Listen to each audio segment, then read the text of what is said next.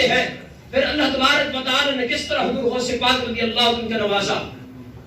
آپ فرماتے ہیں کہ واپس بغداد شریف میں جب آپ تشریف لے آئے، جب بغداد شریف میں آپ واپس تشریف لائے علم کا حصول وغیرہ کر کے، جب آپ واپس تشریف لاتے ہیں آپ خطاب نہیں فرماتے تھے، وعظ و نصیحت نہیں فرماتے تھے۔ آپ فرماتے ہیں کہ ایک دن ایسا آیا، نماز ظہر کا وقت تھا، فرماتے ہیں کہ میری آنکھ لگی، جیسے میری آنکھ لگی میں کیا دیکھتا ہوں، میرے نانا جان حضور سید المرسلین حضور خاتم النبیین تاجدار ختم نبوت صلی اللہ علیہ وسلم میرے خواب میں تشریف لاتے ہیں، اور میرے مصطفیٰ کریم علیہ السلام نے 7 مرتبہ اپنا لعاب دہن میرے منہ میں ڈالا، 7 مرتبہ اپنا لعاب دہن میرے منہ میں ڈالا، اور فرمایا کہ اے میرے بیٹے جاؤ اب میری امت کو واعظ و نصیحت کرو۔ آپ فرماتے پھر کچھ عرصہ گزرا، کچھ وقت گزرا، کچھ لمحات گزرے، پھر میری تھوڑی دیر کے لیے اسی طرح آنکھ لگی تو میں دیکھتا ہوں مولا علی شیر خدا رضی اللہ تعالیٰ تشریف لائے ہوئے ہیں۔ فرماتے ہیں آپ جب تشریف لائے تو آپ نے بھی یہی بات فرمائی جو میرے مصطفیٰ کریم علیہ السلام نے فرمائی۔ فرماتے ہیں کہ پھر مولا علی شیر خدا نے فرمایا اے بیٹے اپنا منہ کھولو۔ میں نے اپنا منہ کھولا تو حیدر کرار رضی اللہ عنہ نے اپنا لعاب دہن 6 مرتبہ ڈالا، 6 مرتبہ ڈالا۔ غوث پاک رضی اللہ عنہ فرماتے ہیں میں نے حضرت مولا علی کرم اللہ وجہہ الکریم سے سوال کیا، حضور مجھے بتائے، مجھے بات سمجھ میں نہیں آئی، میرے مصطفیٰ کریم علیہ السلام تشریف لائے، سرکار نے تو 7 مرتبہ لعاب دہن ڈالا ہے، آپ نے 6 مرتبہ کیوں ڈالا؟ تو مولا علی شیر خدا رضی اللہ عنہ نے فرمایا کہ اے میرے بیٹے میں نے اس لیے 6 مرتبہ ڈالا ہے تاکہ ادب مصطفیٰ کا خیال رہے، ادب مصطفیٰ کا خیال رہے۔ عزیزان محترم فرماتے ہیں اس کے بعد شیخ عبد القادر جیلانی آپ کے صاحبزادے سیدی عبد الرزاق علیہ رحمہ فرماتے ہیں کہ میرے ابا حضور جب ابتداءً جو ہے آپ نے خطبہ دینا شروع فرمایا، چند ایک لوگ ہوتے تھے، آپ کی مجلس میں حاضر ہوتے تھے، پھر اس طرح مجمع بڑھتا چلا گیا، بڑھتا چلا گیا۔ آپ فرماتے ہیں کہ آخرکار ہم نے یہ بھی دیکھا کہ آپ کی مجلس کا عالم یہ ہوتا تھا کہ 70,000 سے بھی زیادہ تعداد ہوتی تھی لوگوں کی جو آپ کی مجلس میں ہوتے تھے، اور پھر یہ نہیں کہ عام لوگ بھی نہیں ہوتے تھے، ان میں خاص لوگ بھی ہوتے تھے، ان میں اخص و خاص بھی ہوتے تھے، بڑے بڑے اولیاء کاملین، بڑے بڑے زہد و تقوی والے، بڑے بڑے علم و فضل والے، بڑے بڑے شیوخ الحدیث، بڑے بڑے مفتیان جو ہے شیخ عبد القادر جیلانی کی مجلس میں آیا کرتے تھے۔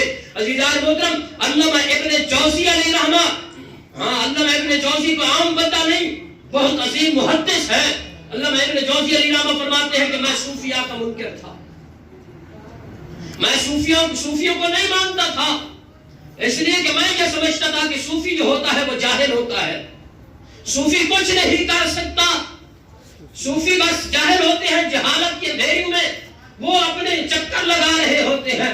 فرماتے ہیں کہ ایک میرا شاگرد تھا جو میرے پاس پڑھنے کے لیے آتا تھا، وہ آتا اور ایک دن اس نے کہا استاد صاحب آپ میرے پیر کا بیان سننے کے لیے چلے میرے ساتھ۔ وہ مرید تھا حضور غوث پاک رضی اللہ تعالیٰ عنہ کا۔ علامہ ابن جوزی علیہ رحمہ فرماتے ہیں کہ میں نے منع کر دیا اور اپنے شاگرد کو ڈانٹنے لگا کہ تو کیا پیر کی باتیں کرتا ہے، کیا صوفیاء کی باتیں کرتا ہے، میں کسی صوفی کو نہیں جانتا، کسی پیر کو نہیں جانتا۔ فرماتے ہیں کہ آخرکار وہ میرا بچہ، میرا طالب علم جو تھا، میرا شاگرد جو تھا، وہ آخرکار بار بار اصرار کرنے لگا۔ پھر یہ ہوا کہ میں چلا گیا، میں نے کہا چلے اس کے پیر کی بات بھی سن لیتے ہیں کیا کہتے ہیں۔ فرماتے ہیں کہ جیسے ہم مجلس میں حاضر ہوئے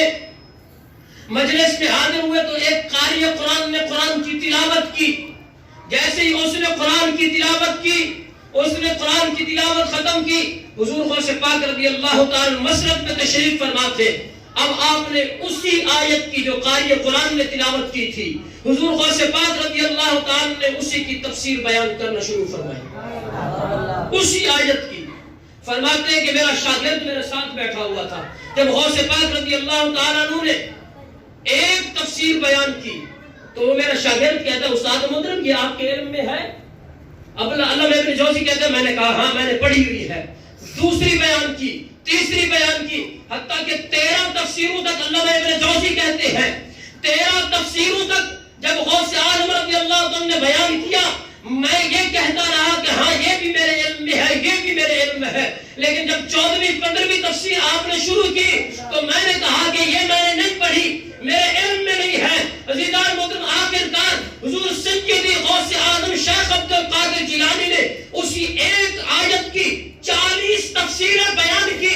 40 تفسیریں بیان کرنے کے بعد شیخ عبد القادر جیلانی حضور غوث پاک فرماتے ہیں یہ تو ہم قال کی طرف تھے، اب ہم حال کی طرف آتے ہیں۔ علامہ ابن جوزی کہتے ہیں کہ جیسے شیخ عبد القادر جیلانی نے یہ کہا کہ ہم یہ قال کی طرف تھے، اب ہم حال کی طرف آتے ہیں، علامہ ابن جوزی تڑپ اٹھتے ہیں اور زمین پر بے ہوش ہو کر گرتے ہیں۔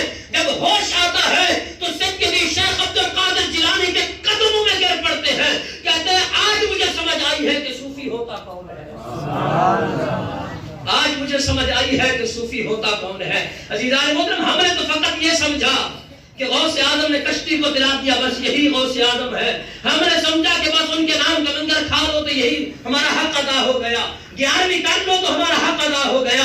نہیں، غوث اعظم شیخ عبد القادر جیلانی علیہ الرحمہ گویا ہمیں یہ پیغام دے رہے ہیں، اے میری 11ویں کھانے والوں، جہالت کی وادیوں سے نکل کر علم کے نور کی طرف آ جاؤ،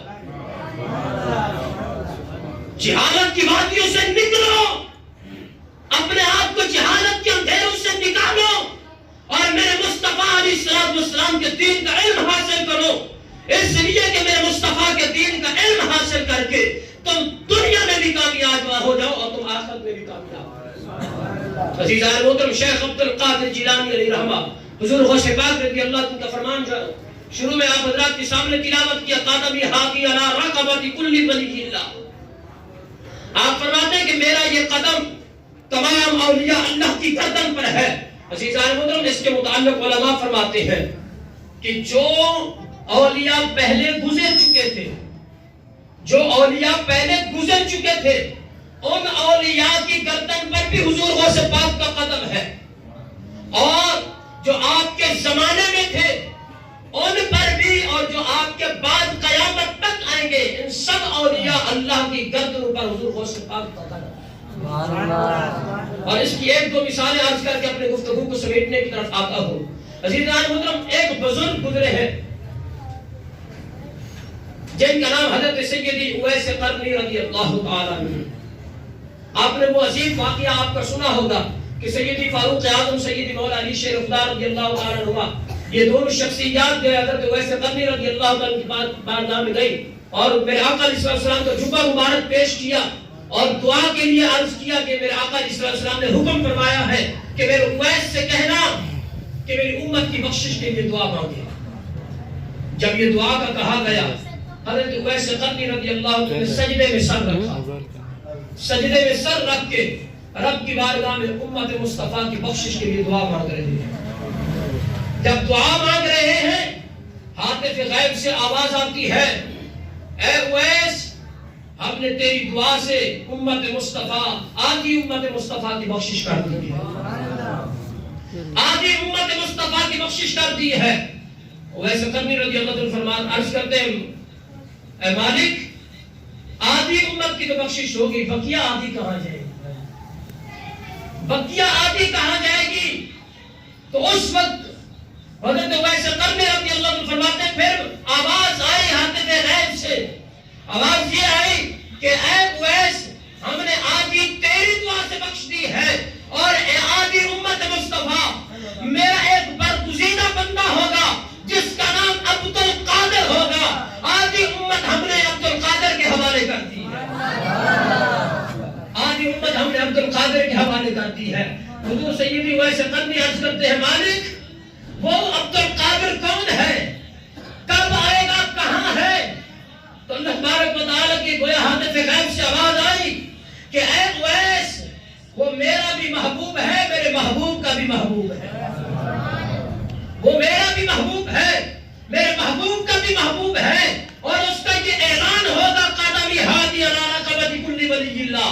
تو اس وقت اویس قرنی رضی اللہ عنہ نے عرض کی، مالک، میں تیری کہتا ہوں کہ اویس کی گردن نیچے ہے، اس عبد القادر شیخ عبد القادر کا قدم میری گردن پر ہو۔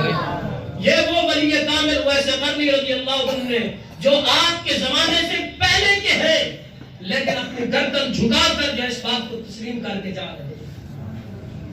اور آپ کے زمانے کے جو اولیاء کاملین تھے، حالانکہ اس وقت آپ نے یہ اعلان نہیں فرمایا تھا، اس سے پہلے آپ کا بچپنا یعنی نوجوانی کا عالم تھا، جوانی کا عالم تھا آپ کا۔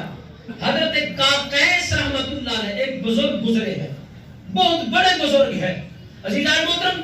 حضرت قیس رحمت اللہ علیہ ایک جگہ پر واعظ فرما رہے ہیں، منبر پر تشریف فرما ہے، مسجد پہ بیٹھے ہیں، سامنے لوگ بیٹھے ہیں جس طرح بچے بیٹھے ہوتے ہیں، کچھ شرارت کر رہے ہوتے ہیں۔ بعض اوقات ایسا ہوتا ہے جو خطاب کرنے والا تو وہ کہتا ہے یار یہ بچہ شور کر رہا ہے، اس کو اٹھا کے باہر پھینکو، ہوتا ہے نا ایسے۔ تو حضرت قیس رحمت اللہ علیہ نے اس وقت جو ہے فرمایا یہ بچہ حرکت کر رہا ہے، اس کو اٹھا کے باہر پھینکو۔ وہ کون تھے؟ شیخ عبد القادر جیلانی علیہ رحمت تھے۔ فرماتے ہیں کہ لوگ اٹھے اور اس کو پکڑا اور باہر کھڑا کر دیا۔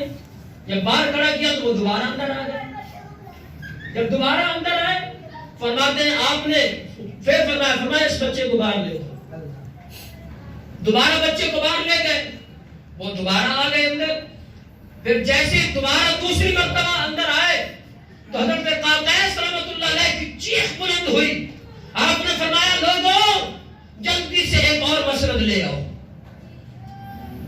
جلدی سے ایک اور مسند لے آؤ۔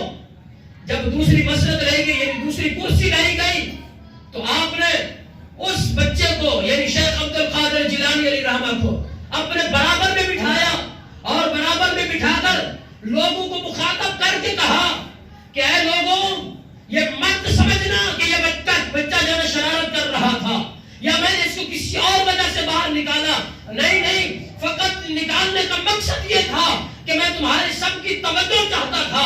اب یہ دیکھو کہ یہ عبد القادر شیخ عبد القادر جیلانی ہے، میں اپنی نگاہ ولایت سے دیکھ رہا ہوں کہ یہی وہ بچہ ہے بغداد کی مسجد کے منبر پہ بیٹھ کر یہ اعلان کرے گا کہ ھذا قدمی ھادی علی رقبۃ کل ولی اللہ۔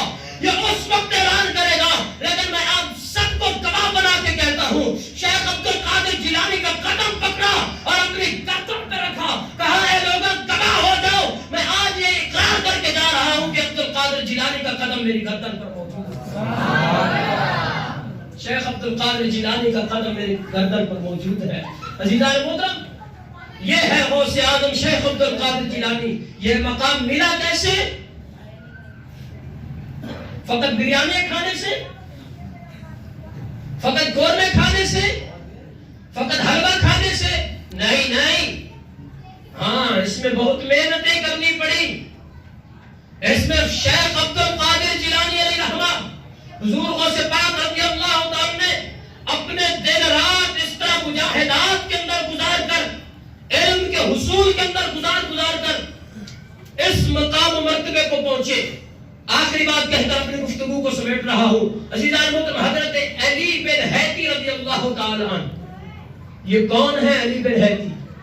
جن کے بارے میں حضور غوث پاک رضی اللہ عنہ اکثر و بیشتر یہ فرماتے تھے کہ یہ شیخ علی بن حیتی بغداد کے اندر یہ ہمارے میزبان ہیں، ہم ان کے مہمان ہیں۔ یہ غوث پاک رضی اللہ عنہ فرماتے تھے۔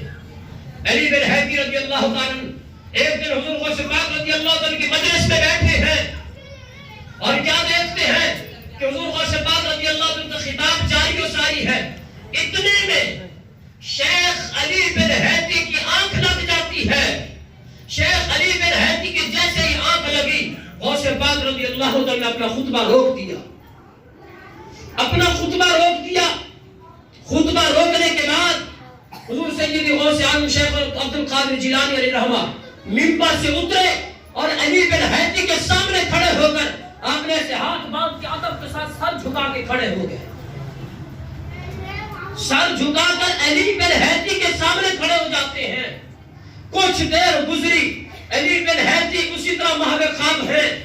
تھوڑی دیر کے بعد علی بن حیتی نے آنکھ کھولی، کیا دیکھتے ہیں کہ حضور سیدی غوث اعظم شیخ عبد القادر جیلانی میرے سامنے کھڑے ہیں۔ اور شیخ عبد القادر جیلانی علیہ رحمہ کو جب سامنے دیکھا تو حضور سید غوث العالم شیخ عبد القادر جیلانی علیہ الرحمہ فرماتے ہیں اے علی بن حیتی کیا دیکھا؟ علی بن حیتی کیا دیکھا؟ عرض کی حضور میری آنکھ لگی تھی، میرے خواب میں میرے مصطفیٰ تشریف لائے، ابھی میرے مصطفیٰ تشریف لائے تھے اور میرے مصطفیٰ کریم فرما رہے تھے اے علی بن حیتی اگر تم کچھ حاصل کرنا چاہتے ہو تو دربار غوث اعظم کو نہ چھوڑنا، غوث اعظم کی مجلس میں آتے جاتے رہنا، سب کچھ تمہیں یہیں سے ملے گا۔ تو اب دیکھیے حضور سید غوث پاک رضی اللہ عنہ نے کیا جملہ ارشاد فرمایا اے علی بن حیتی جس ہستی کو تم خواب کے عالم میں دیکھ رہے تھے میں ان جاگتی آنکھوں سے انہیں دیکھ رہا تھا، میں ان جاگتی آنکھوں سے اس ہستی کو دیکھ رہا ہوں۔ عزیزان محترم ذرا غور کیجئے، یہ ہے حضور سیدی شیخ عبد القادر جیلانی علیہ الرحمہ۔ اللہ پاک نے وہ مقام وہ مرتبہ عطا فرمایا حضور غوث پاک رضی اللہ تعالی عنہ کو جو یقیناً اس کائنات میں کسی اور ولی کو نہیں ملا۔ عزیزان محترم تمام کے تمام اولیاء اللہ کی گردنیں حضور غوث پاک رضی اللہ تعالی کے قدم شریفین کے اندر جو ہے وہ جھک گئی ہیں۔ کیوں جھکی ہیں؟ اس کی حقیقت اور بھی ہے کہ جس وقت میرے آقا علیہ السلام معراج پہ تشریف لے کے جا رہے تھے تو حضور سیدی غوث اعظم شیخ عبد القادر جیلانی علیہ الرحمہ کی روح جو ہے وہ سرکار کے قدموں کے نیچے حاضر ہوئی تھی، پھر سرکار سوار ہو کر براق پہ سوار ہوئے تھے اور اس وقت یہ میرے مصطفیٰ کریم علیہ السلام کے قدم شریفین کا جو نقش تھا وہ غوث اعظم کی گردن پہ نقش ہو گیا تھا۔ اور یہی علماء فرماتے ہیں کہ جب غوث اعظم رضی اللہ عنہ پیدا ہوئے تو آپ کے دونوں کندھوں کے درمیان میرے مصطفیٰ کریم علیہ السلام کے پائے اقدس کا نشان موجود تھا، پائے اقدس کا نشان موجود تھا۔ اور یہی وجہ تھی کہ میرے مصطفیٰ کریم نے اس وقت فرمایا اے عبد القادر جیلانی جس طرح میرا قدم تیری گردن پر ہے وہ وقت بھی آئے گا کہ تو اعلان کرے گا قدمی حاصل اللہ رقبتی کل ولی شیطا۔ اللہ تبارک و تعالیٰ کی بارگاہ سے دعا ہے کہ رب سجلہ میرے ان چند کلمات کو اپنی بارگاہ میں قبول و منظور فرما، کہیں بھی غلطی خالی ہو گئی تو اللہ تعالیٰ اپنے محبوب صلی اللہ علیہ وسلم سے معاف فرمائے۔ آمین و آخر دعوانا الحمدللہ رب العالمین۔